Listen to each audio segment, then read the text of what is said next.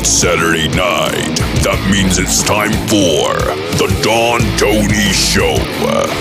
The wait all week long is finally over.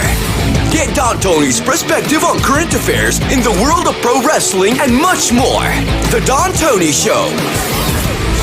And now your host, the man, the legend, Don Tony.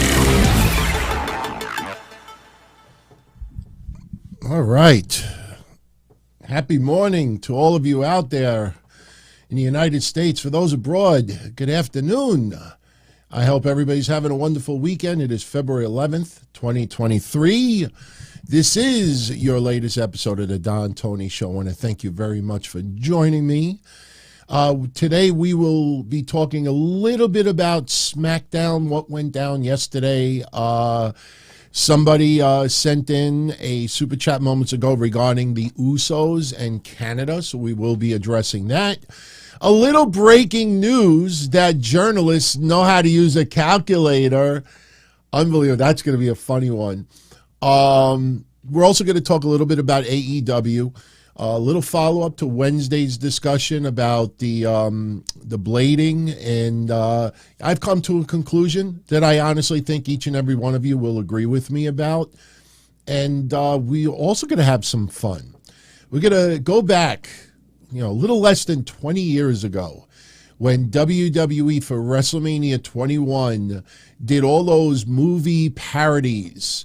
You know what's interesting about it? Like, they can't get in trouble because it was a parody, but if we kind of like parody the parody, we could still, get in trouble because we're using their copyrighted footage. But so we got a whole bunch of images and screenshots. We're going to reminisce the movie parodies they did back then. I'm very curious. Some of you in the comment section, now look, if you wait days and then we start hearing breaking news about it, then it's kind of like but I'm very curious what movies you would like to see WWE parody for WrestleMania 39. Now let me give you a little bit of it's not really a rumor killer, but let's just make this clear. People that are writing, my sources tell me that WWE is taping parodies for WrestleMania 39. That was planned 2 years ago.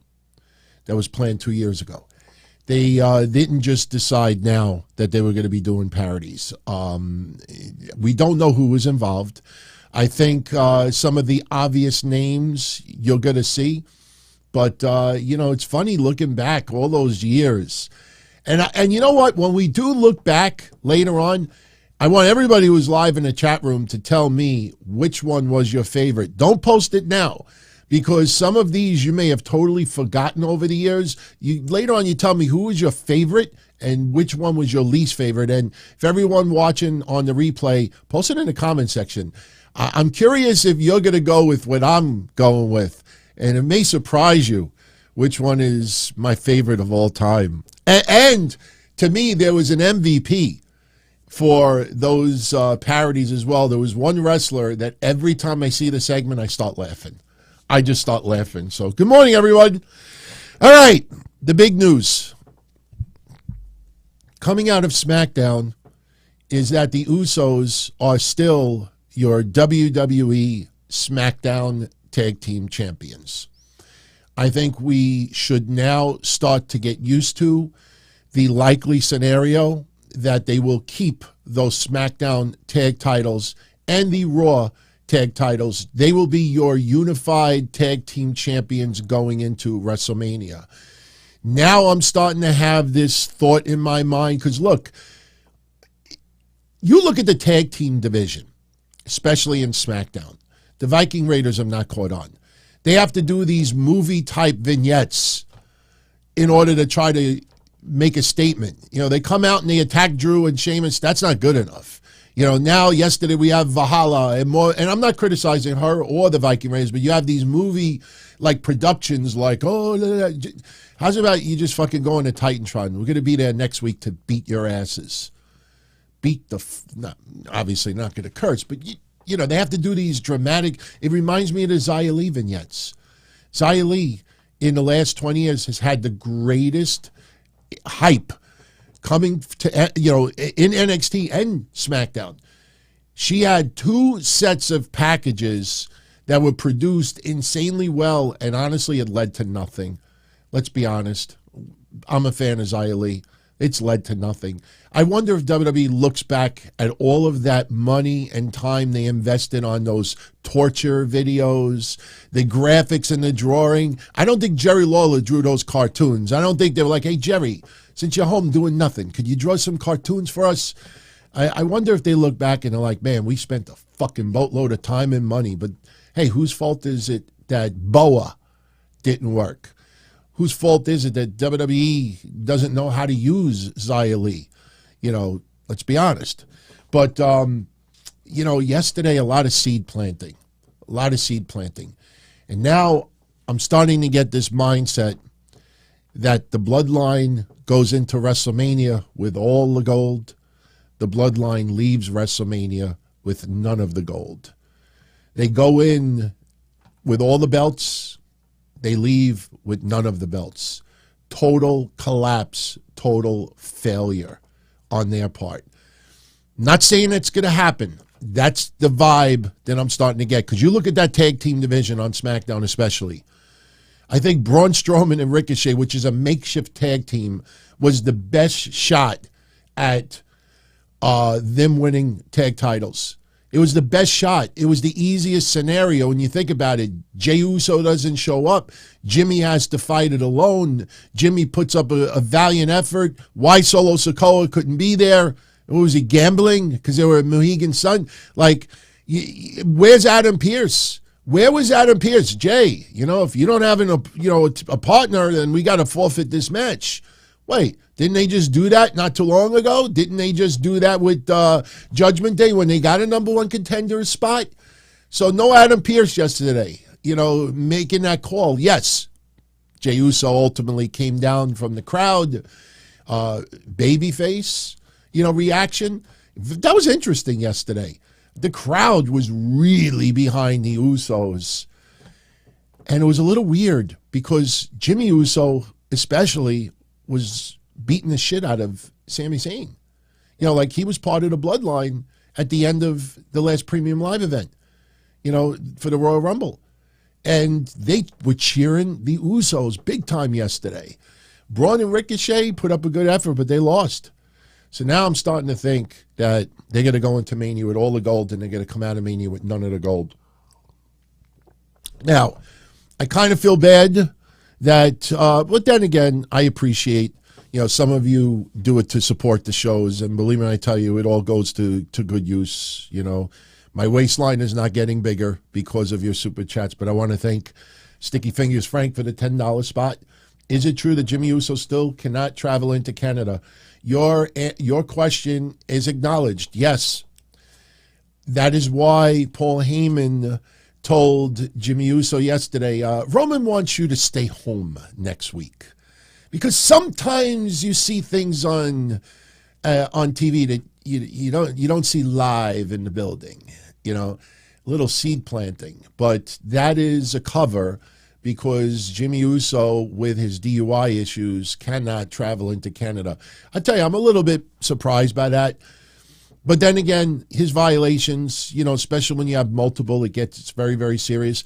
Now, there's some argument online that Jey Uso could apply for a one-day, visit. And yes, I'm sure WWE could pull a couple of strings, expedite it. It probably can get done. But as of now, Jey Uso will not be in Canada, which is interesting. Because of, Solo Sikoa and the Matt Riddle factor, which you got to keep in the back of your mind. If Solo Sikoa is the only person in the camp for Roman Reigns at Elimination Chamber, that may end up having Matt Riddle show. We'll see. But, so Frank, Usos as of right now, no SmackDown next week, no Elimination Chamber next week. By the way, Elimination Chamber is only a week away. I mean, didn't we just get through the Royal Rumble? It's 1 week away. So, yes, we will do a recap next week. That one, I think we'll do live because we're going to have a lot to dissect from there. I don't think it's going to be a hard show to review, so we will do one live right after Elimination Chamber ends. We will do a predictions contest for all the Elite channel members on YouTube. In fact, we'll probably, maybe we'll do something where we'll open it up to all the channel members, but maybe Elite channel members get 2 votes, 2 shots instead of 1. Hey, they contribute a little more. They deserve a little more, right? So I'll figure it out. And Patreon, absolutely. So the Usos retained yesterday, and let me tell you something. To see Sami Zayn show up, and I'm not throwing shade on Sami Zayn. For all of you out there that truly feel Sami Zayn should main event WrestleMania against Roman Reigns instead of Cody Rhodes, you will not admit it publicly, probably, and that's your right. But if you take Sami Zayn's confrontation with Paul Heyman yesterday on SmackDown and you put it side by side with Cody Rhodes' confrontation with Paul Heyman on Raw, it's not even fucking close. It's not even fucking close.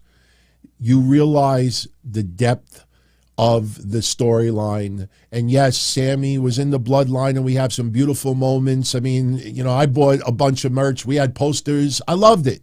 But this is episodic television. It's not, we need a feel-good moment and everything's got to be cake and ice cream. It's got to progress. It's got to go in different directions. And again, everybody seems to be leaving out Kevin Owens with all of this. Kevin Owens is a major part of this storyline. But if you really look at Cody and Paul and Sami and Paul, it's not even close. Sami Zayn, main eventing Elimination Chamber in his hometown, in Montreal. He is going to beat the living shit out of Roman Reigns. He's going to have the crowd going nuts for him. In the end, he will not prevail, but he's going to still main event WrestleMania. It'll be for the tag titles. It's not a big deal. It's not a big deal. But, you got to really pay attention. And they're not big deals. Even if they bring it up next week, they bring it up a couple of weeks from now. If you remember the trial of Sami Zayn, let's be honest. Some of the examples as to why Sami Zayn should have been found guilty was stupid. Like simply because he's sitting on the cage and he goes like this, and Paul Heyman's like, what do you want to be, a Dangerous Alliance, the NWO? Like, come on, did he do anything to threaten the bloodline? Did he look at Roman Reigns and go like this for life, and then when Roman Reigns turns around, he goes, fuck you. He didn't do any of that. So the examples were stupid. This might be an example of being stupid. Yesterday, I don't know if you noticed it. Yesterday, Jimmy Uso's in the back, and they show him trying to get Jay on the phone. And Paul Heyman's like, did you get in touch with your brother? Nah, man, it keeps going to voicemail. Nah, man, come on, call me back. Come on, Us, call me back. Bro, call me back. Did you see all that yesterday? Did you notice something that happened later on in the night? Paul Heyman was with Jimmy Uso, and Jimmy Uso said something like, why didn't you call me? And Paul Heyman's like, there's no reception back here. Was Jimmy Uso really calling his brother? I know. Don't get mad at the messenger. It's kind of like tiny, not a big deal, but that could end up being something later on. If there was no phone reception, how was Jimmy Uso calling over and over and over? Then again, if we want to be scumbags, if you and I want to be scumbags, all Jimmy Uso's got to say, well, Paul, you got AT&T, I got Verizon. My tower's right fucking outside. AT&T, they're back at the fucking, by the church, 18 miles away. See, that's how I turn around and be scumbag. Because it is true. I had to switch my phone service because at my parents' house in Rockaway, the cell phone towers for Verizon are horrible. AT&T is 1,000 times stronger. So if you really want to ruin that storyline, if they do that confrontation, hey, Jimmy, just say, what do they use? What's the one that those dumb commercials with what's the phone service they use? That little cartoon character that's like with Charlotte that you just want to step on and have it splat like one of those slugs. You ever step on a slug in the summertime with just, you walk outside to get the paper and you don't put shoes and socks on? Like, I'm just going to go outside and get the paper, and you inadvertently like step on a slug. Like, what the fuck did I just step on? Cricket. Yeah. All Jimmy's going to say, hey, Paul, I got Cricket Wireless. Huh? Everybody should have Cricket Wire. They could turn that into a commercial.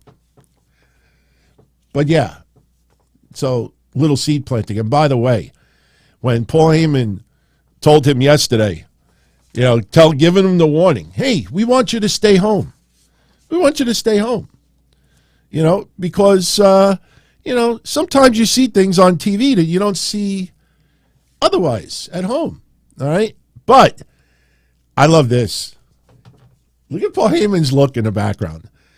That's like the look like I'm telling you, man, he is a fucking MVP, man. I am so happy that he has not gotten burned out as far as pro wrestling goes. And you remember how we used to really get annoyed? Remember how we used to really get annoyed about Paul Heyman not pairing up with Brock Lesnar anymore?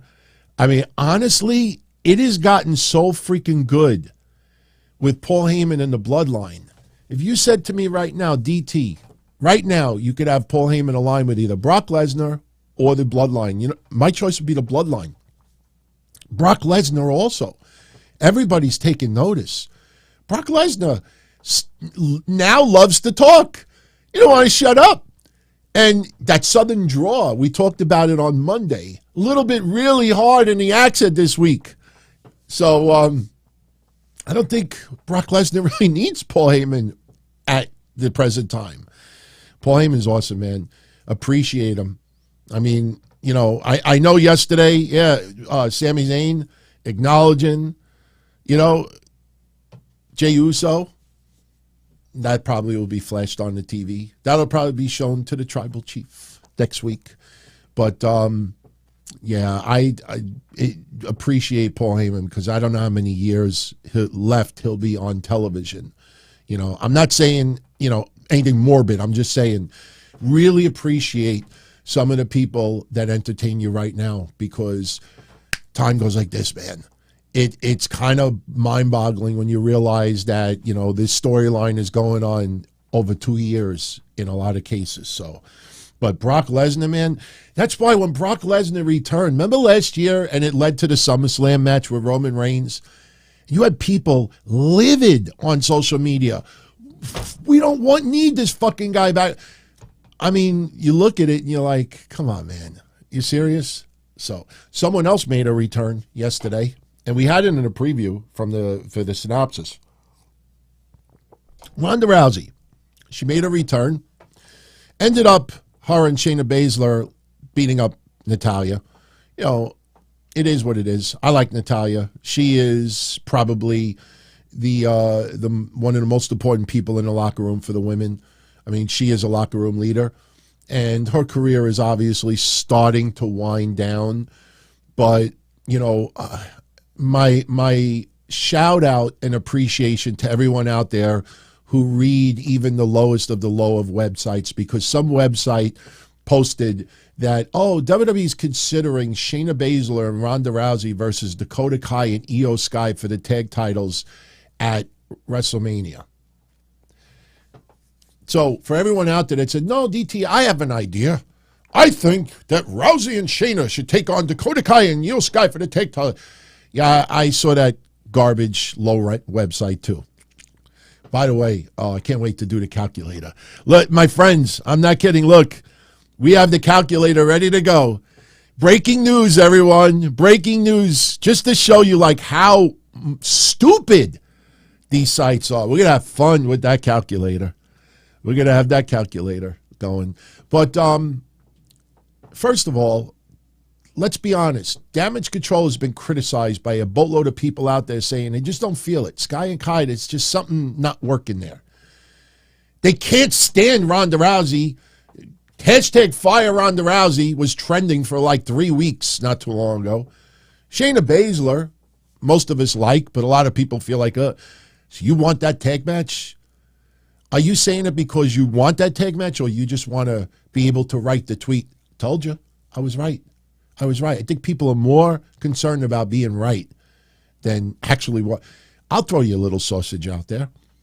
And I came straight out yesterday and said it's sausage. And I think it could happen. And I think it may happen. I think we may get Shayna Baszler versus Ronda Rousey at WrestleMania 39. Because yesterday, when Shayna Baszler came out there after Natty called her a Ronda Rousey wannabe, and Shayna says, I'm sick and tired of being called the Ronda Rousey wannabe, and then Ronda Rousey comes out and they have that little tease of a stare down. I think that's seed planting. I think that could be brought up again later on, where Shayna Baszler makes a remark in jest to someone about stop. I'm not a Ronda Rousey wannabe. I could, I'm better than Ronda Rousey. Something like that. And then Ronda Rousey hears that. Oh, yeah? Maybe a fight pit.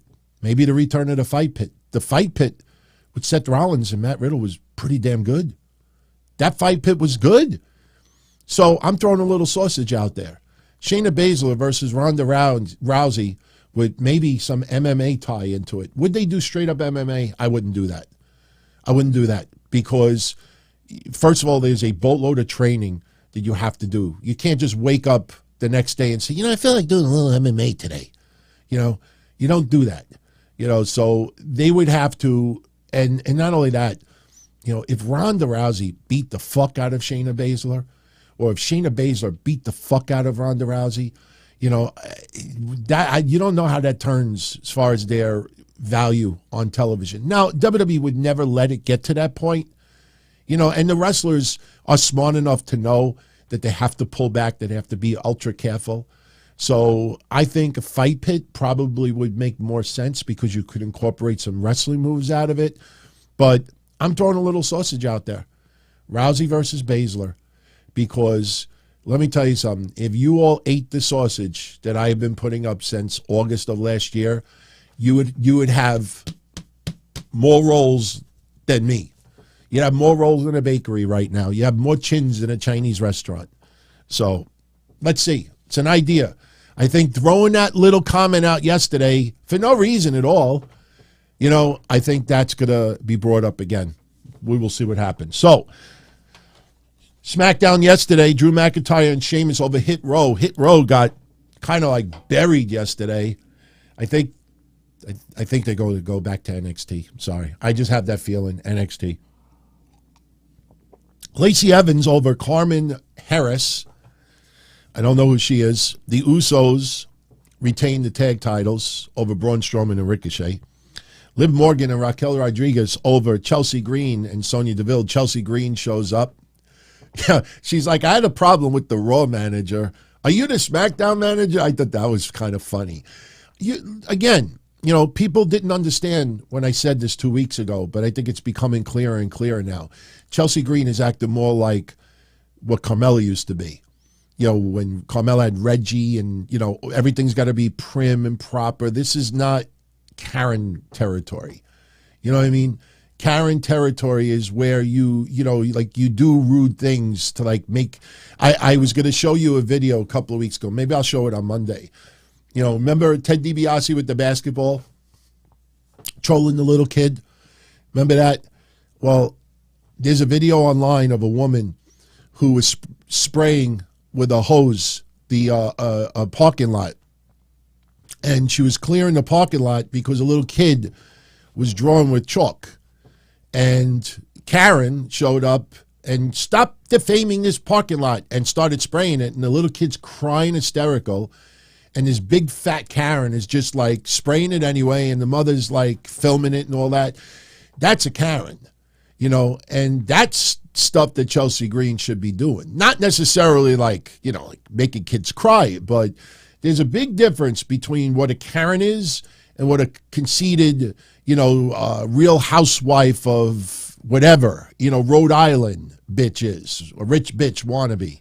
So we got a little Shayna Baszler super shout out here from La Nike Jaggers. Nike Jaggers. Shout out to you, my friend. Thank you for the 10 spot.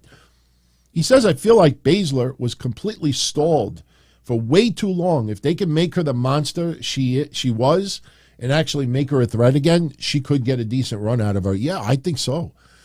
I think Shayna Baszler versus Charlotte Flair, a legit feud. Not, because they faced each other before. I think that would be great. Her and Ronda Rousey, I got news for you, man. I think this gives me vibes of, the Clique fighting each other back in the day. And you'd have like Shawn Michaels going up against Razor, or Razor going up against 1-2-3 Kid, or Kevin Nash. Sometimes you look at the Usos with Sami Zayn. Sometimes your closest friends, those are the ones you want to work with more than anything else. I think Ronda Rousey and Shayna Baszler would absolutely love to feud with each other. I think they would make sure, not saying that they wouldn't do it for others, I think they would amp it up tenfold to make sure that each one of them looks spectacular. And yeah, Shayna Baszler is the one that put Natty out of commission. And for some reason, can we all agree that it almost feels like Shayna Baszler's peak might have been with her and Nia Jax? I mean, not just the tag team, not just the difference in personalities, but even those freaking TikTok videos. Remember the one where Nia Jax is dancing and everything, and she was doing it, I think, with Charlotte, and then Shayna Baszler walks by and she starts going like this. It brought out a little bit of a personality with her. I think Shayna, with all due respect, her WWE peak might have been with Nia Jax. So, but let's see what happens. But yeah, I absolutely, listen, I know people won't want this. I wouldn't do it right now. But down the line, you could always bring Shayna back to NXT and let her, be the dominant force for quite some time. Problem right now is that with Mandy Rose gone, with Toxic Attraction split, the women's division in NXT is the most even that I can remember. Seriously. You don't have your Io Skys and Dakota Kais there anymore. You don't have, the Ember Moons there anymore. You don't have the women's division in NXT is so balanced right now that almost anybody, if Tiffany Stratton beat Roxanne Perez, it wouldn't be a shock. You know what I mean? If Sol Ruka, yeah, maybe a little shock because she's still new, but you don't have that one person that would just squash everybody. That's why I would not put Shayna Baszler back in NXT right now. But if that roster was a little bit different, or if some of these women were, ready for the next level, might be much, much different. Much different.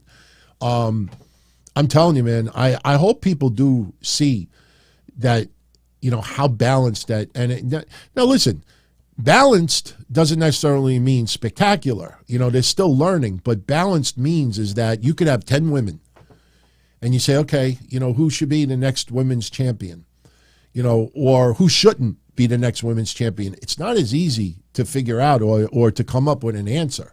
It's a lot easier to say who you want next because you pick your favorite. But if you say who you don't want, it's not as easy as you think. So, yeah, Tiffany Stratton, I'm telling you, she would not get votes. But I think we're going to still do the Blackheart Year-End Awards. If we do, I'm definitely going to put her in contention for Most Improved of 2022. If we do a women's one and a men's, I think she definitely should be in the running of winning Most Improved Women's Wrestler of 2022. I was arguing with someone the other day, and someone said Jade Cargill's Most Improved. And I said, why? Because she's 50-0. If you look at Jade Cargill's matches from a year ago compared to now, they're not much different. And that's not her fault. Jade Cargill is set up in the ring to be dominant. Almost like, hit the Jaded out of nowhere and match is over. It's a little bit different with Tiffany Stratton, and her matches have to go longer. Chill Dude is asking me, do I think Jay White to WWE is likely now since he's done with New Japan? I'm not sure, man. We talked about it with the Royal Rumble, all those places that were making the rumors that Jay White was going to be in the Royal Rumble. And it was nonsense. And, I didn't want him in the Royal Rumble. Not that Jay White is not, the possible star. It's just that, there's a very, very, very, very, very, very, very tiny group of people online that really, really are high on Jay White. And this is not if he would have debuted at the Royal Rumble, it would not have been the AJ Styles moment. When his name popped up on the screen and AJ Styles came out and walked and everybody was fucking popping and the crowd, was just ecstatic. That's not happening with Jay White. You think the WWE Universe in droves, Jay White, ah! No, they would just probably be very like, oh yeah, that Japan guy. Unfortunately, that's what it is. He's not become a major name in the United States. It's that. So I think if WWE would have signed him, maybe you put him in NXT for a little while. I know that sounds a little ridiculous, but the only reason why I say that is get your WWE fans used to him. Get him familiar with the WWE fans. Even though NXT only gets 700,000 viewers, that doesn't mean that people who don't watch NXT don't look at clips on social media. People see moves, people see this. I mean, you look like 800,000 people saw Tiffany Stratton's moonsault on a social media clip. Probably not 800,000, but maybe like 400,000, and some people watched it twice. The point is, or maybe somebody just forgot to shut the page, went shopping, came back, and it played like 800 times on their computer. But, you get a lot of people that would get familiar with his work in WWE. Then you promote him to the main roster. If he comes out, listen, I'm an AEW fan. I have no problem with Excalibur and some of the others. But when somebody from Japan shows up, like Aussie Open, and they're like screaming at the top of their lungs, Aussie Open! I'm like, come on. Fucking 90% of the audience, when they hear Aussie Open, they think it's a tennis tournament. Come on. Stop acting like everybody in the fucking world is excited and knows who they are. Josh Woods is going to take on Mark Briscoe on Dynamite. Yeah, it's fun. Mark Briscoe on TV now is great. We talked about that last Sunday, that we had that feeling that Warner Media is cool with Mark Briscoe now. But, in the end, you think people in droves, Josh Woods, come on. The only thing that impresses me about Josh Woods that makes me look is his fucking teeth. It's all Mark Sterling crap. It's to get a win for Mark Briscoe. So, all right. Dream 101 is asking me, thank you for the 2-spot dream. Why don't I go to wrestling shows? I do go on occasion. The problem is I'm here. I'm working. I got 2 elderly parents that are not in the greatest health, just got married. There's a lot of little things going on. I wanted to go to Mohegan Sun yesterday. You have no idea. We were seriously considering fucking just going down there and spending a weekend there, but, we're going the week after WrestleMania. And, I got to put money aside. I don't have money. I got $50,000 in debt, from the wedding and other stuff. So, it's, and the indie shows, if some of my friends are on the shows, I would go. But if it's just a regular indie show and a lot of the names I'm really not interested in, then I don't go. But, I've gone to tons of shows over the years. But, it depends. But if my friends are on it, and not only that, if my friends said to me, hey, DT, why don't you come down? All right, then I go. I've had a few people like, oh, yeah, when we come down, you got to come down, you got to this and that. And then I hear the event's coming next month and no calls. So, all right. So, Liv Morgan and Raquel Rodriguez over Chelsea Green and Sonya Deville. And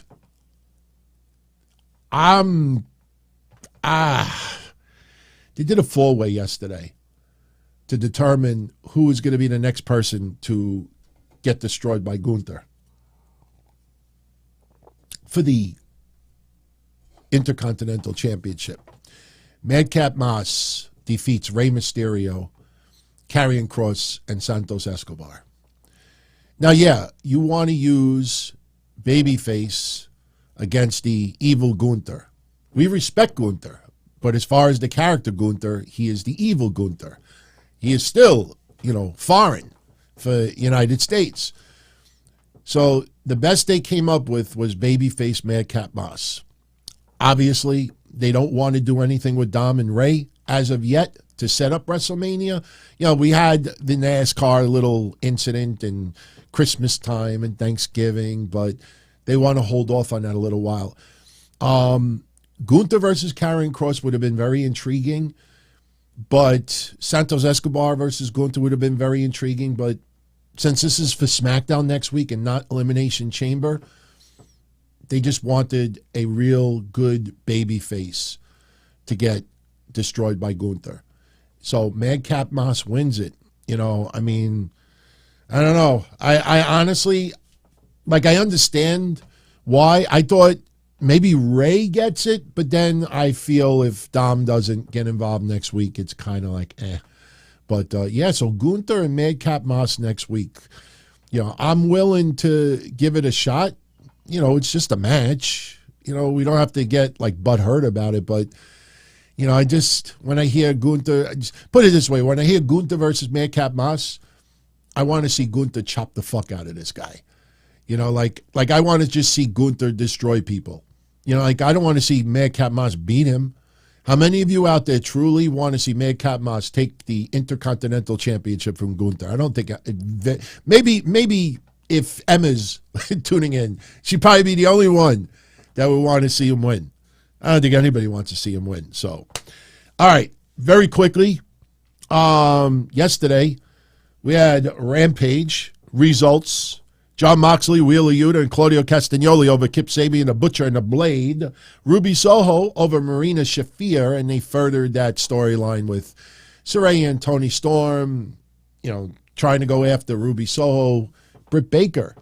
The Unholy Alliance, that appears to be happening. Jungle Boy over Ryan Nemeth. Orange Cassidy retaining the All-Atlantic Championship over Lee Moriarty.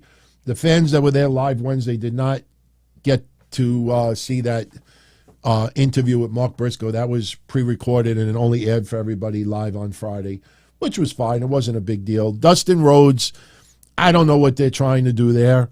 They're trying to get him involved with some of these storylines. You almost ask yourself, are they putting Dustin Rhodes a little bit more on TV because Cody Rhodes is back and he's getting so much play into WrestleMania?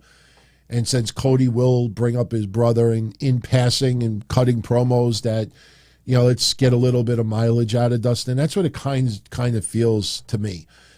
Plus, the fact that we don't know if he's going to re-sign with AEW. So it could be like, hey, let's get a little mileage before he's gone.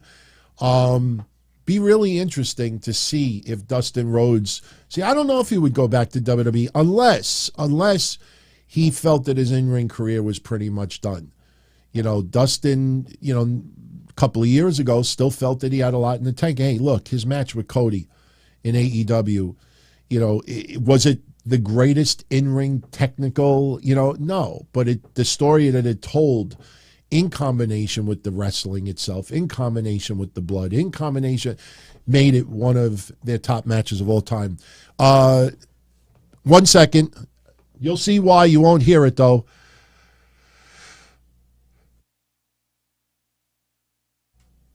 I'm allergic to work. That's like the 5th time in 26 years that I've sneezed live on camera. Yeah, I don't ever sneeze live on camera. I got to put an air filter in this room. It's like kind of dusty in here. So, Dusty. Hey, Dusty. All right. Very quickly before we move on, I just want to get into this for a second. Then we'll talk about the WrestleMania Hollywood shit.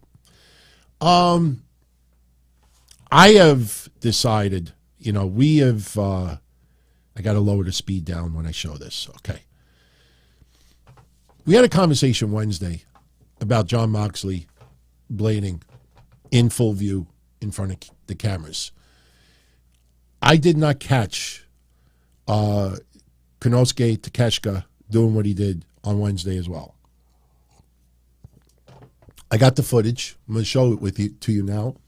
And I have come to a conclusion. AEW does not have a blading problem. They don't have an obsession with blood. We don't see people gushing every single week. We do see blood more on television than we have with other promotions in recent history. ECW, when I go back and I look at the episodes, you didn't necessarily have blood every single week, but a lot of weeks it was highlights of house shows, that they were recording for home video release. And there would be blood and a lot of violence. And that's okay. And AEW does not have a blading problem. Their problem is a production problem. Their entire problem is production. And the thing is this, and we've joked about certain elements of this before.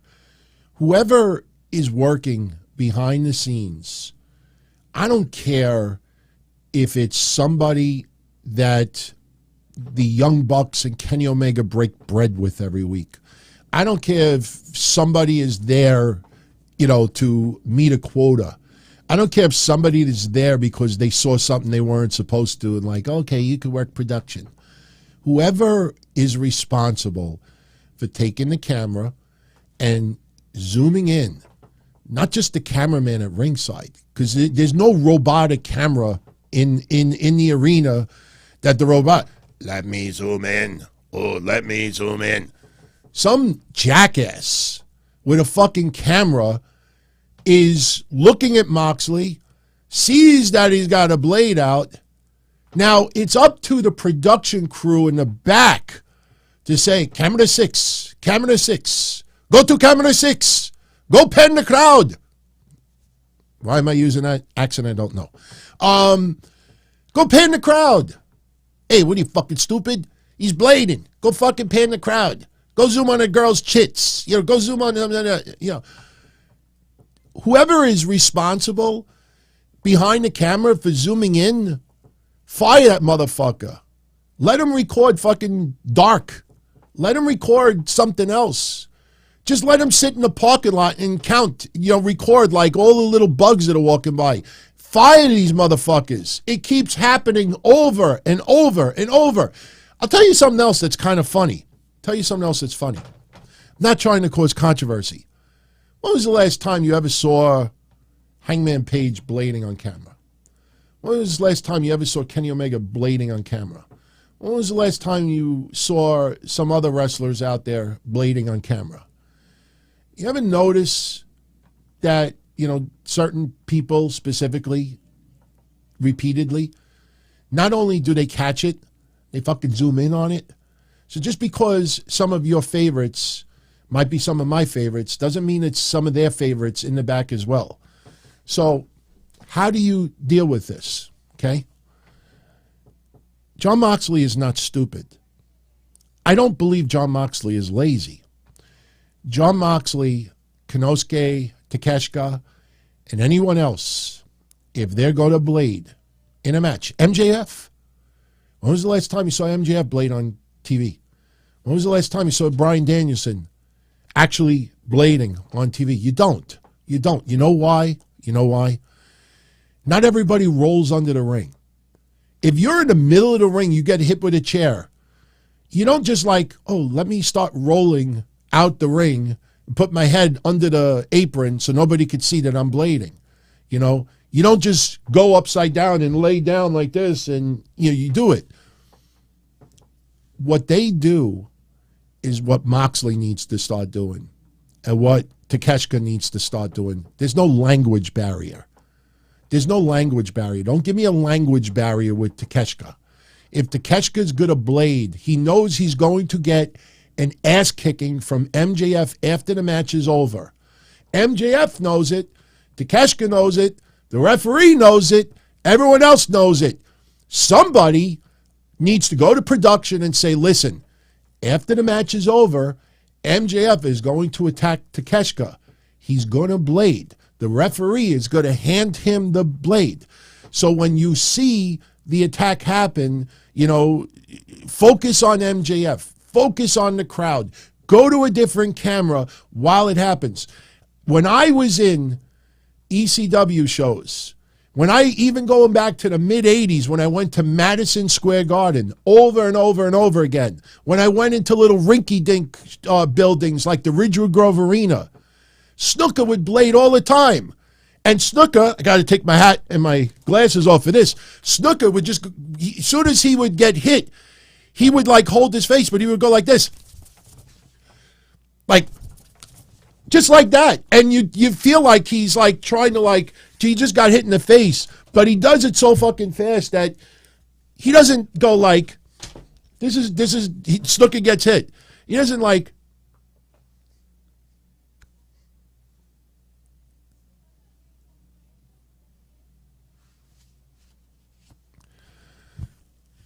was he a fucking tortoise? Do it quick. If you know that the cameramen are being irresponsible, if you know that the production truck people are so brain dead that they can't fucking switch to another camera, you have to take it upon yourself to be more discreet. Here's a couple of examples. Okay? This was not too long ago. Yeah, look at Moxley. Oh, yeah, right in the corner. Look, yeah, just keep it. I mean, why do you keep the camera on him? This one is even better. This one is even better because Moxley peeks up and he probably sees the camera right over his face, and he's like, he sees the red light. Look, you could see him look up, and he sees the red light. He's like, fuck, what are these fucking people stupid? Look, he's like, oh, you fucking kidding me? He's like, oh, shit. Here's Monday. Here's Monday. Watch the referee. Watch the referee. Okay. Here, look, Takeshka, I got something for you. I got something for you. Don't show anyone. That's my phone number. That's my room number. That's my house key. That's my house key. And then look, afterwards, watch the referee.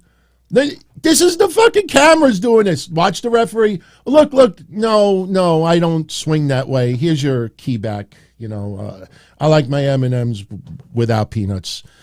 I mean, the fuck you do that? Takeshka, Moxley, and anyone else, they need to take a step back and say, these motherfuckers they got in production are stupid. They are stupid. So Takeshka's got to understand that, okay, if these motherfuckers are not going to take the camera and do something else for a split second, you can't just sit in the middle of the ring, you know, and they do it so goddamn slow. I know I put it in slow motion so I don't get hit with copyright, but what the fuck is that? So AEW does not have a blading problem. I went to garden shows, and they would blade all the time. Not everybody, but there'd be blood all the time. I would go to ECW shows, there'd be blood all the time. We would be sitting ringside, and you would see someone do it. The difference was in the 80s, in the 90s, we did not have camera phones with video. And camcorders at that time, with all due respect, I mean, this would be like a Sony, a Sharp View cam. You'd be like this. You couldn't sneak that into the building. A Sharp View cam or something. Camcorders back in the 80s, they were like this. So you couldn't snap video. And even if you tried to snap a 110 photo of somebody blading, it's the still shot. So they'd be like this. Nobody fucking cared. We knew what it was. We just enjoyed what we were watching. But like I said on Wednesday, it's like a magician who pulls a fucking rabbit out of the hat. And then the camera actually sees like somehow, or better yet, like somebody gets sawed in half or somebody disappears in the box. And the cameraman goes, go to do the side. And you see the person walking out the back of the box. This is a production issue. This is not a wrestler issue. There's nothing wrong with Moxley. There's nothing wrong with Takeshka. There's nothing wrong with any of these wrestlers. These production people are just, they're just awful. And what Moxley needs to start doing and Takeshita needs to do, and anyone else, even the fucking referee needs to do this. They need to start realizing that the camera may be on me at all times. So if I'm going to blade, I best damn better figure out before the match even happens, how am I going to do this if the camera is zooming on me? I don't just lay there and go, No, you got to be a little more discreet about it. Period. That's it. The wrestlers, I truly believe they give a shit. They care about what they do. They care about their own performances. But if the wrestlers are just going to stay there and be like, you're fucking stupid enough to put a camera on me? No problem. I'm going to be stupid enough to fucking do it right in front of everybody's eyes. You know, it's no excuse for it. It's production. It's production. I actually tweeted this yesterday. After about 15 minutes, nobody gave a shit. I deleted it. I said, nah, I'd rather have a conversation with all of you here. Not even right on social media. It's got to be cake and ice cream or nothing. If I would have wrote, wow, Takeshita got an ass kicking, that was amazing. He bled. He fucking looked great. And get 900,000 likes. You show the footage. It's not worth it. All right. A couple of injury updates. Yesterday, after SmackDown went off the air, Bray Wyatt once again beat LA Knight in a no disqualification match. It's funny. Some news sites are reporting that the match was much better than the Mountain Dew Pitch Black match. Somebody recorded the footage from yesterday. Let me just put it this way. If you take a leak and you're one that actually washes their hands afterwards, by the time you dried your hands and you left the room, the match was over. Like if you're one of those that just pees and just flushes and leaves the room, yeah, then the match probably still had a couple of moments left in it. Like this.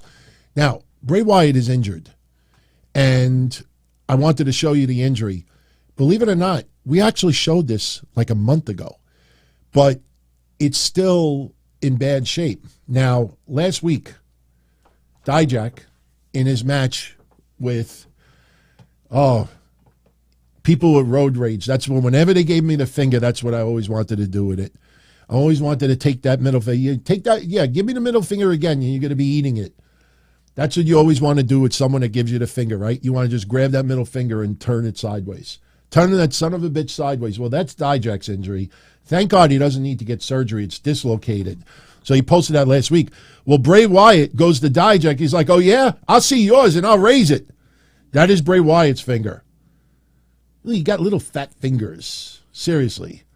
It's like almost the size of some like internet trolls' penises. That's Bray Wyatt's. Now they're swollen. Now, just to be real for a minute, his hand is extremely swollen. So that is why his fingers are like this little piggy went to the market. This little piggy also went to the market. This little piggy didn't stay home. He went to the market. They all looked yeah. So his finger is really fucked up. So he puts, like, move, Bianca. No, shout out. Roger Rubio, seller, 2 years, channel member. Thank you, Roger. Much love. Thank you for always supporting what we do here, Patreon, my stuff, Kev's stuff. You know, pretty awesome. Yeah, it's really appreciated. I don't want to go any further, but yeah, thank you. Thank you. So with Bray Wyatt, he tapes his fingers up. And that's why with the mandible claw thing, believe it or not, he probably is in less pain when he's got his fingers taped up. Now, Dijak's type of offense, Dijak doesn't have two-minute matches unless he faces Dante Chen every week on NXT. So Dijak, they have to give him a little bit more time to heal. So, yeah. This little piggy went to Texas Roadhouse before he went home. This little piggy ate the onion loaf. Oh, those are chunky fingers, man. All right. We got to talk a little bit about Seth Rollins. Oh, another injury update. JD McDonough. Detached retina. He got into Ilya Dragunov at the recent NXT house show. He will be out of action for about 2 weeks. So we send our best wishes to JD McDonough as well. That's the look my wife has when I get out of the shower. And that's actually not a good look. All right. Before we talk about Rollins and Logan Paul, let me do the calculator. Let's and then we'll do the WrestleMania. We'll do the WrestleMania parody movies. We'll do that video, the picture montage. Okay. A lot of you out there are going to be like, DT, why do you have a camera on the screen? Let me get my note out. Hey, guys, how many of you out there saw, where did I put it? Okay. How many of you out there saw all the news sites reporting that Vince McMahon is set to get $2.5 billion if the WWE is sold? How many of you out there saw that article? People are making it a major news story. People have podcasted about it. It's a major... Oh, Dave Meltzer reports. I love Dave Meltzer. I subscribe to his newsletter. I will support him until he tells me, go fuck yourself, Don Tony. I don't give a shit about you. I take your money and I fucking wipe my ass with it. You know, Dave Meltzer is a good person. He's biased, may piss off a lot of people. Never forget the gesture he did, not only for the Conan drive, but also for Chris Candido drive back in the day. I'll never forget that. He... Class act. That's why when people support me in that way, I will always support them back. You know, but let's be honest, though. He must be giggling his ass off with all of the attention he got about that $2.5 billion thing. Okay, breaking news, my friends. Dave Meltzer knows how to use math. Okay, where did this $2.5 billion number come from? And then they also said... Triple H is set to make $700,000 and Stephanie McMahon is set to make $128 million. Do you want to know where those numbers came from and why that is wrong to an extent? Okay. We're going to go on the camera. We're going to go on the calculator, okay? Vince McMahon right now owns 69,157 shares of Class A common stock. That's the big stock. That's the stock that gives him 83% voting power, or just about that amount. 69,157 shares of Class A stock. That gives him the power. He also has the stock that you and I could buy, and that is 28,682,948 shares. Okay? So right now, Vince McMahon owns 28,752,105 shares of stock. Well, right now, the stock is approximately $87 a share. So what we do is we take 2,875,000, 2,875,105 shares. There you go. And you multiply it by $87, and it comes out to, breaking news, $2.5 billion. Friends, all you got to do is look up how many shares of stock somebody owns and multiply it by the current stock price. And that's how much money you could get. My friends, if McDonald's says... keep 10 containers of French fries, and if you go to McDonald's with for every 10 that you get a free order of fries. And someone says, DT right now could get 10 orders of fries because I got 100 empty. All Dave Meltzer did was take the number of shares everybody owns and multiply it by the current stock price. Breaking news. Dave Meltzer knows how to use a calculator. Let me explain something else. Just use any of the examples. These fucking people. I wish I could use words that in the past that I don't use anymore, the dirty words, the words that rhyme with Moloch and others. These are just dumb fucking people. And breaking news, major news, Dave Meltzer reveals that Vince McMahon could make... Dave Meltzer knows how to use a calculator. You know what the greatest part about it is? My friends, check this out. You want to know how much money Ringside News makes if the WWE is sold? Well, we take $87 a share, all right? And then we take the total number of shares of Ringside News is 0 because they spend their money on comic books, and that's how much they make off the sale.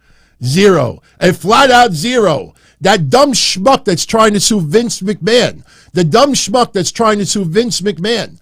All right, that the outrageous that he allegedly, he's got 111 shares. We multiply that by $87 a share. So if WWE is sold, he makes a whopping $9,657.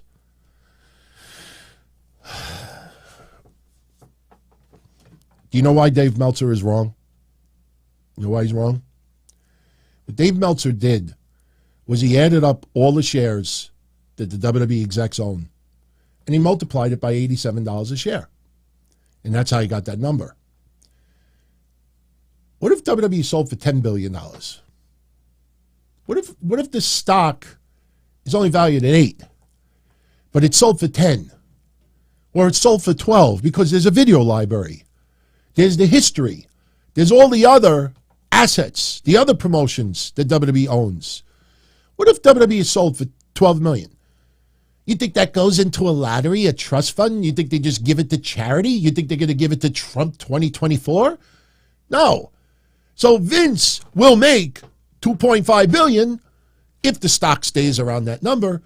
But if WWE is sold for more, he gets some of that as well.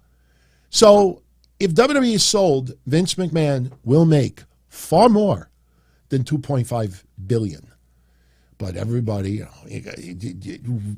Dave Meltzer, breaking news. Where did he get it? My sources tell me. What if it sold for $500 billion? He'd sell for $500 billion. That's like Dr. Evil. $1 million. Okay, my friends, this was the thumbnail for today's show. That is some movie parodies from WrestleMania 21. We never forget the Pulp Fiction one with Eddie Guerrero and Booker T. The Undertaker doing Dirty Harry. Do I feel lucky? Rest in peace. Stacy Keibler, Basic Instinct.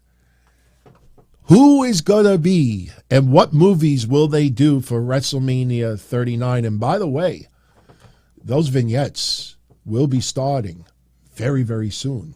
I wouldn't say the Raw after Elimination Chamber, but once we get Chamber out of the way, now you're going to start seeing some of these vignettes come out. Check it out. My friends, does anybody remember, before we get into them, I'm going to show you something. Anybody remember what that was from? We got Samoa Joe and AJ Styles. What movie parody were they doing? Shout out to the first person who gets it right.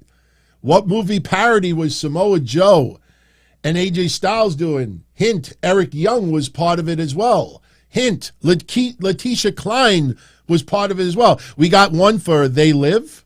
We got one for Dumb and Dumber. That's interesting. They Live? I don't know. They probably would have been wearing glasses. No, does anybody know? Yes, Rocky Red. Rocky Red. He got it. Impact Wrestling did their own movie parody of Basic Instinct. They had Eric Young, Samoa Joe, and AJ Styles and Letitia Klein. Yeah, if you're over 18, just Google Letitia Klein and Howard Stern. That's all I'll say. But the movie parodies we want to talk about, though, are these, obviously. These are the movie parodies from WrestleMania 21. We had John Cena and JBL in A Few Good Men. Unfortunately, I did not have time to... JBL was great in this, man. JBL, I'm really surprised that he didn't become a good actor back then. He did great. We had the Undertaker doing Dirty Harry, which I thought he did a great job as well. Yes? The girls invited me to go to the Nike outlet in Flushing. I'm going to go with them. Okay. All right? Yeah. So So they're going to pick me up around 1, so I should be back around maybe 5. Okay. Is that all right? Yeah, that's fine. I'll see you soon. Okay. Sorry. Real life gets in the way sometimes, everyone. She's going out shopping. I don't know if you heard that. So, all right. So anyway, let's get back to it. All right, back to our original programming. So we got John Cena, and we got JBL in A Few Good Men. We had The Undertaker doing Dirty Harry. Who could ever forget Booker T? And I tell you, Eddie Guerrero did great as John Travolta. Booker T did great also. But I don't know. Eddie Guerrero as John Travolta was fucking funny, man. They did Pulp Fiction. All right, I'm going to reveal it now. My favorite of all time is Basic Instinct. Yes, Chris Benoit was part of it. Yes, Christian was part of it. Chris Jericho was part of it. And Stacy Keibler. But what I will always remember from this, and the reason why this is my favorite one of them all from WrestleMania 21, not necessarily Stacy Keibler, because when she moved the legs, you obviously didn't see anything. We wouldn't have expected to see anything. But if you saw that movie, you know the scene. But when she did that move, when she switched her legs, Chris Jericho had this kind of like startling look on his face. But for me, my MVP of all of those vignettes back then was this guy. Show it, Christian. When she crossed the legs, Christian had this smile on his face like, yeah, baby. Yeah, baby. I couldn't stop laughing when I saw Christian's reaction to it. In fact, I still remember to this day when they showed it to the audience started laughing, hysterical, when they put the camera on him. Christian was fucking hilarious in this skit. Absolutely hilarious. All right, what about Triple H in Braveheart? That's probably the one everybody goes to, but, Ric Flair don't get credit. Ric Flair kind of like got into it as well. A lot of people forget that Ric Flair was also part of that segment. Steve Austin's The Gladiator, to be honest with you, I probably found that one the least enjoyable. I don't know why. It's not because it was Steve Austin. It just felt like, it almost feels like a movie Steve Austin would have been in. So, I don't know. The Steve Austin in The Gladiator did not do much for me. The Taxi Driver segments were funny, but I don't think it was all that great. What WWE did at that time is they had numerous WWE stars doing Robert De Niro. You looking at me? Are you looking at me? Do you know who I am? Do you know who I am? So to me, Batista did a great job. The Big Show also did a great job. So they were doing Taxi Driver. What about when Harry Met Sally? Christy Hemme was doing the orgasm. And Kurt Angle is like, tap, tap, tap, tap, tap, tap. I think he was eating a pastrami sandwich. That looks like pastrami, doesn't it? It looks like pastrami on rye. I don't know if he put mustard on it. That looks like a pastrami sandwich. But that was funny as well. And who could ever forget Eugene doing Forrest Gump, accidentally punching the girl in the mouth. William Regal makes a cameo at the very end of it, but I didn't have time to get the screenshot. So those were your WrestleMania 21 movie parodies. Which one was your favorite? Which one was your least favorite? For me, Basic Instinct was probably my favorite. Pulp Fiction, a close second. Braveheart was okay. I think a lot of us had a lot of anger towards Triple H back then because of everything being a Triple H show. But, we were warming up on him a little bit. Kurt Angle was funny as well because Kurt Angle just with the taps and Christy Hemme and everybody in the diner is just looking at her. So, all right, Terry Donahue says Booker T was the standout. Booker T was fucking funny, man. Eddie Guerrero as John Travolta made me laugh too. I mean, that is a close second. Run DMG hated Eugene. Eugene fit it so perfect. He fit so perfect because he really didn't even have to change his character. I mean, that was a good segment as well. But Pulp Fiction, okay, we got some choice for Pulp Fiction. Yeah, some people are showing love for you. I don't really think there was a bad one. Just the one with Steve Austin, I just was a little disinterested in. So now, who do you think and what movies should WWE parody this time around? You know, we got, 18 years. And let's also remember this. You don't have to use a movie that came out after WrestleMania 21. There were several other movies back then that maybe should have gotten attention. So, you got to think to yourself, like, what movies should they parody? Oh, Franklin says Bray Wyatt is the Joker. That's awesome. Dark Knight is good. Godfather, I think, would be kind of tough because it's so, like old. I would have loved the Goodfellas one, but I don't see any characters that would have worked with. Like if Tony D'Angelo was on the main roster, I could see something. Problem with Goodfellas is all the great scenes were violent. I don't think they're going to go that far. John Wick, I don't know about that. That's not a bad one. Top Gun, Maverick. Cody in Top Gun. It's not a bad one. Cody is a Homelander. So, now you got to start thinking about like really, really good movies. But they don't necessarily have to be all that great. You got to think of iconic movies. Movies that everybody has seen. Would they do something with The Hobbit? I don't know. Just my precious. They could do that with a championship. Maybe Charlotte could do something with it. Could you imagine if she dresses up like Gollop? Is that the name of I don't know. I make the impersonation. I don't pay attention to the names, but Gunther should do something. Gunther absolutely should do something. Would you have Gunther do something comedic? I don't know. I don't think I would want to see Gunther break character at all. Do you think they would do something with Apollo and Rocky? Could they possibly do something there? Pirates of the Caribbean, that's not a bad one. Yeah, Gruss, you're onto something. They got to do something with Dominik Mysterio and something with the Hood. Something with jail. I'm trying to think, was there any really good scenes in Shawshank Redemption? Because they got to be funny.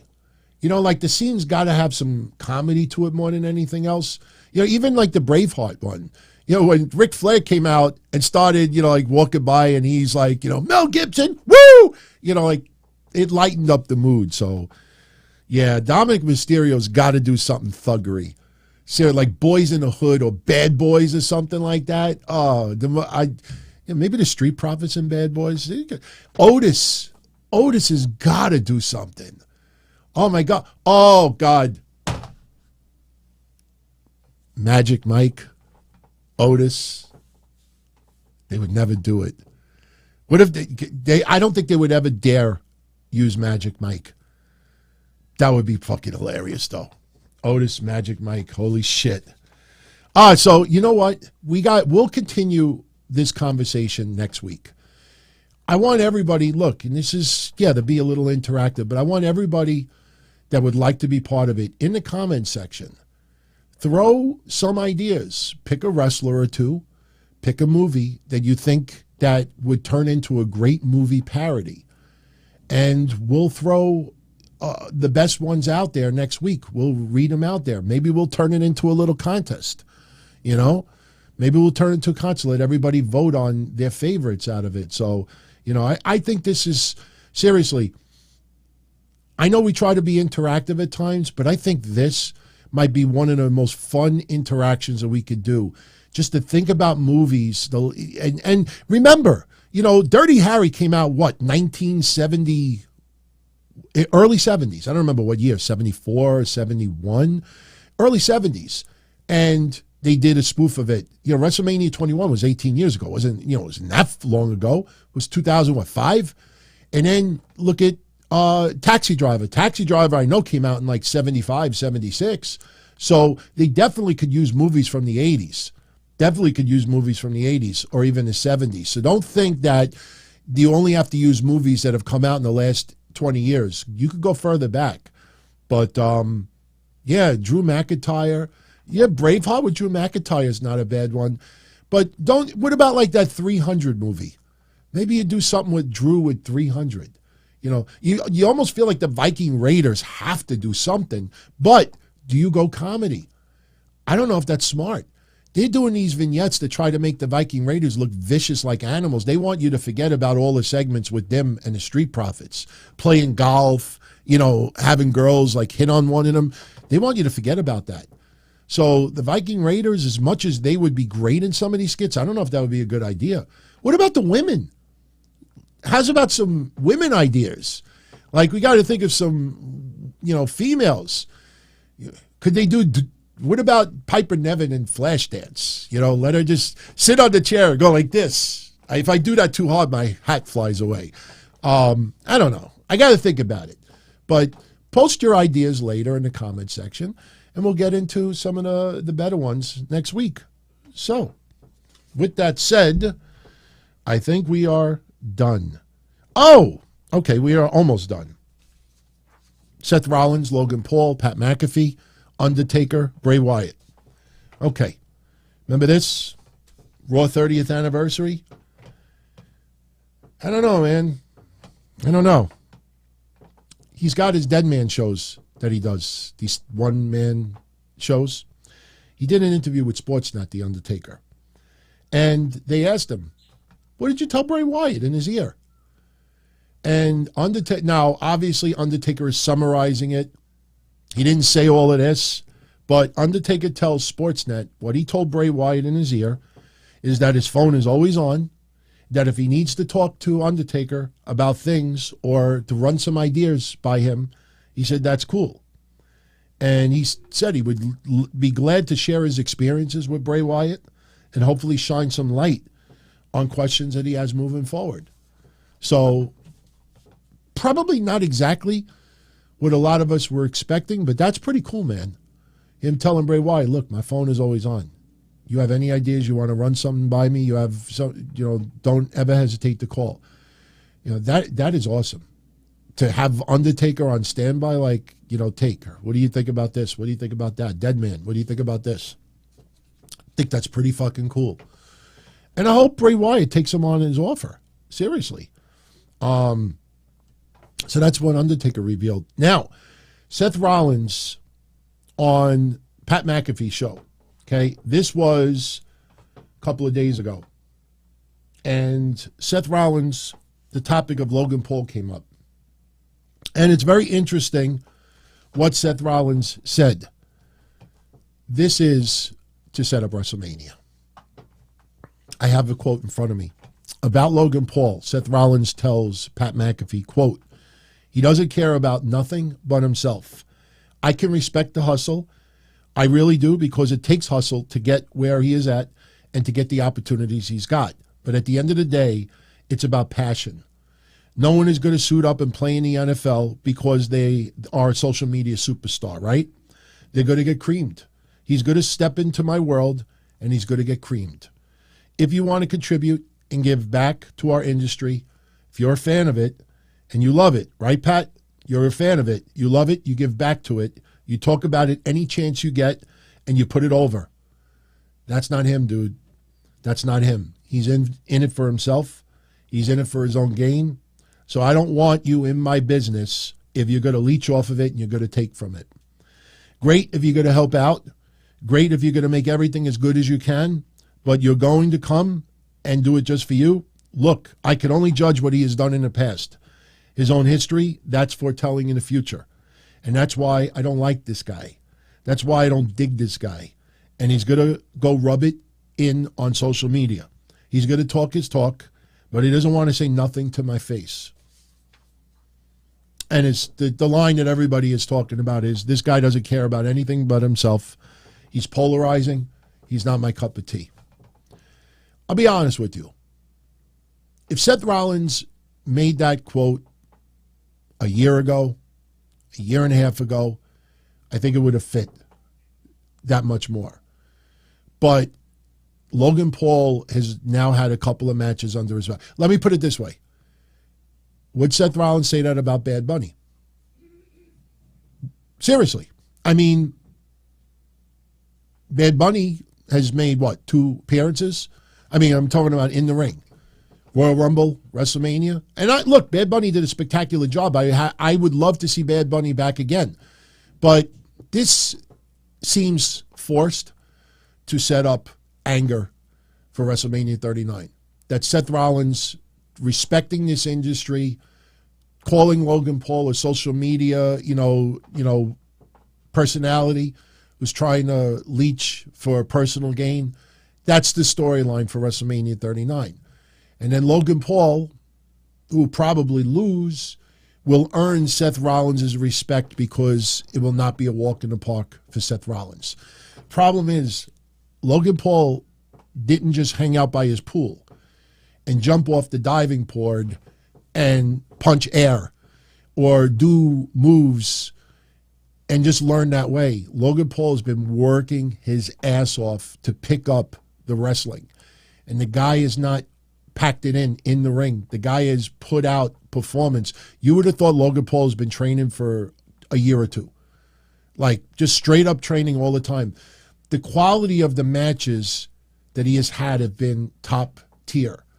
So Seth Rollins, going the route he did, I don't want to criticize it, but it seems a little bit outdated because Logan Paul, when asked by WWE, has stepped up every single time.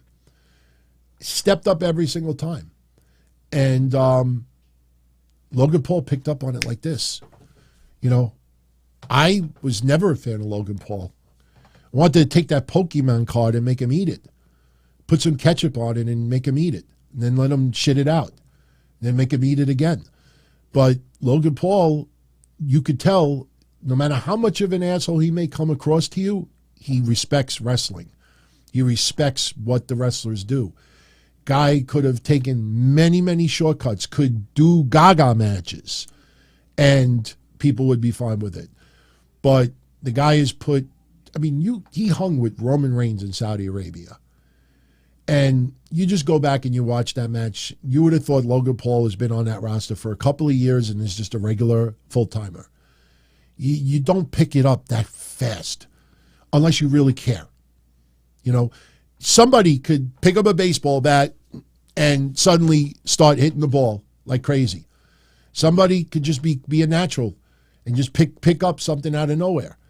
But there's a difference between picking it up because, you just can or because you care. And it feels like that Logan Paul cares enough about wrestling that he wants everything, even if he wants to do it so he can do selfies and show it off. So what?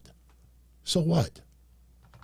When somebody hits a home run and they toss the bat, when somebody spikes the football when they hit a touchdown, that motherfucker got it done. So, they put it this way, Logan Paul doesn't spike the football after dropping the pass. You know what I mean? Logan Paul doesn't do the bat flip when he fouls the ball off. Logan Paul, if he does great, yeah, you should be able to show it off a little bit. Nothing wrong with bragging about success. So this is to set up WrestleMania. That's to set up WrestleMania. It's going to happen. And now, especially yesterday, I don't know if you saw it, but we had local ads for upcoming WWE Brooklyn. I think Seth Rollins and Austin Theory might be fighting again. I don't know if it's a dark match, but they were advertising it yesterday. And now all you see with Austin Theory on local ads is him holding the belt up, yelling, "The champ is here." So he's in full Cena mode right now. This Cena versus Austin Theory is going to happen at Mania. It's definitely happening at Mania. So when you start really running down this card and the rumored matches, there's not a bad match. There is not a bad match. And no, I don't believe Rousey and Baszler versus Damage Control is being considered. This is just somebody trying to put together a match that no one else has talked about. And in this way, when it doesn't happen, just like the Gunther, Brock Lesnar. Just like Gunther and Brock Lesnar. Fantasy match for a lot of us. Wasn't happening at WrestleMania. And the thing about it was, because it was such a fantasy match, you had a few people out there that said, oh, my sources tell me that WWE is considering Gunther versus Brock Lesnar. Oh, breaking news, so-and-so reveals. And you know it's not happening. And then when now it looks like, oh, it appears to be Drew versus Sheamus versus Gunther at WrestleMania. Oh, my sources tell me that WWE is no longer considering. That's what they do. That's what they do. So, all right, before we get out of here, Guardian of Chaos, holding down the fort as always, my friend. Summer DT show live on location or meet and greet this summer. Bobby V's or Mohegan Sun. I like Bobby V's. Mohegan Sun's a little far away. You know, to do something like that, it's a little far away. I think it would be tell you the truth, man, I really wanted to go to Brooklyn on Monday. Is it Monday? Brooklyn is on Monday, right? I really want to go to Brooklyn on Monday.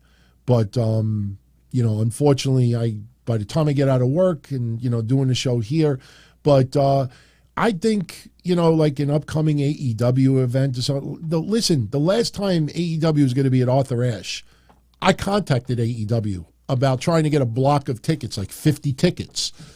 And I basically got brushed off and said, oh, contact Ticketmaster.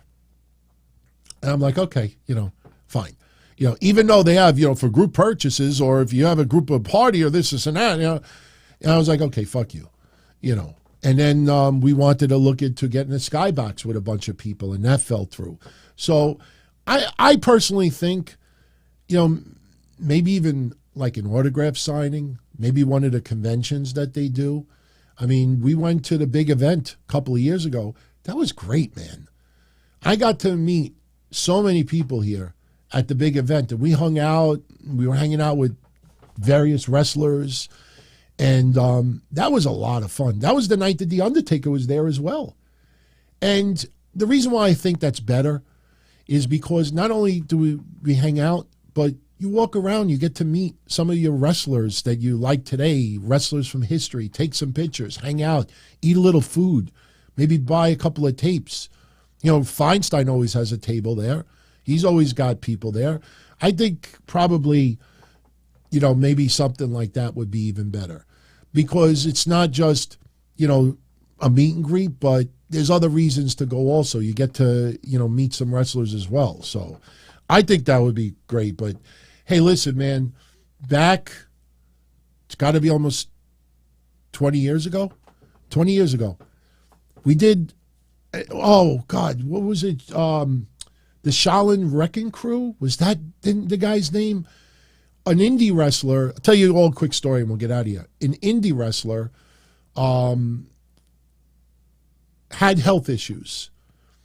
I just keep thinking Shaolin of the Shaolin Wrecking Crew. I can't remember the wrestler's name, but it was an indie wrestler in the Northeast. And we wanted to raise money for him.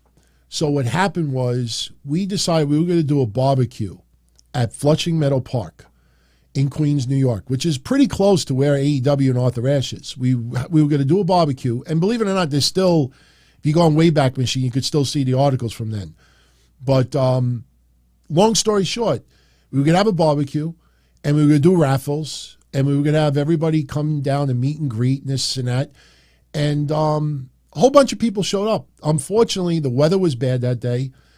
It didn't do great. And but one of the coolest things about it was we see somebody, like big wrestler, walking like from a long distance away. And we were like, who is that? And it was Jimmy Valiant. Jimmy Valiant, who, you know, did a lot of stand-up comedy and stuff like that. Jimmy Valiant.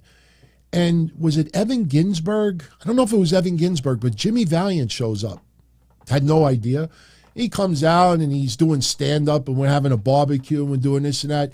And I can't remember his name, but it was, I don't know if it was Magic or the Shaolin Wrecking Crew, but I got to look it up. But and Frank Goodman, Mass Maniac, you know, helped set this up as well. So a whole bunch of indie wrestlers, a lot of fans, people from the hotlines, you know, we all got together at Flushing Meadow Park. We had hamburgers, hot dogs, people drank beers, wine coolers, soda. It was a lot of fun. Johnny Valiant. It was a lot of fun, man.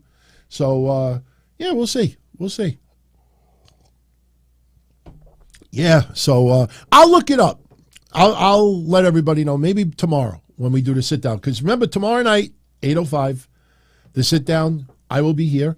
So any questions, any comments that you want to share with the world, you could join me Sunday night live at 8:05 p.m. We'll go about 60 to 75 minutes. We will talk strictly whatever is on your mind. I show up with no topics. I leave with a boatload. So everyone, it's been fun. I'm going to jet out of here. And if you enjoyed tonight's show, you know what to do. You know what to do. If you know anyone else out there that you think might like the channel, let them know about it. Thank you to everyone for all of the response and the feedback from Forbidden Door 4 with Misha Montana. We definitely will bring her on again in the future, you know, when the time is right to just talk a little bit. A lot of people are telling me, yeah, bring Matt Riddle on. But remember, there's some sets of circumstances that I have to really, you know, get cleared before I even thought about doing something like that. But we'll see what happens. But everyone, much love. Enjoy the rest of your weekend. Hopefully I could see you tomorrow night on the sit-down. If not, I'll see you Monday after Raw. 1 or 2 surprises will be going down on Raw. That's all I'll say. Be well. As far back as I can remember, I always wanted to be a podcaster. For me to live any other way was nuts. To me, those goody-good people who worked shitty jobs for bum paychecks and took the subway to work every day and worried about their bills were dead. I mean, they were suckers. They had no balls. If I wanted something, I just took it. I ran everything. I paid the bills. I paid the host. I even paid the masked maniac. Everybody had their hands out. Everything was for the taking. We always called each other good fellas. You would always hear from somebody. You're gonna like Don Tony. He's all right. He's a good fella. He's one of us. But if you're part of my crew, nobody ever tells you they're gonna get rid of you. It doesn't happen that way. There weren't any arguments or curses like in the movies. See, your haters come with smiles. They come as your friends, the people who've claimed they care the most for your life. And now that's all over. And that's the best part. Today everything is different. There's lots of action. I don't have to wait around for everything like everyone else. Oh, I didn't get the vaccine? Fuck you, vaccine me. Oh, your delivery guy has COVID? Fuck you, feed me. Right after I moved here, I ordered egg noodles and ketchup, and I got spaghetti with meat sauce. I'm no longer an average nobody, while they get to live the rest of their lives like a bunch of schnooks.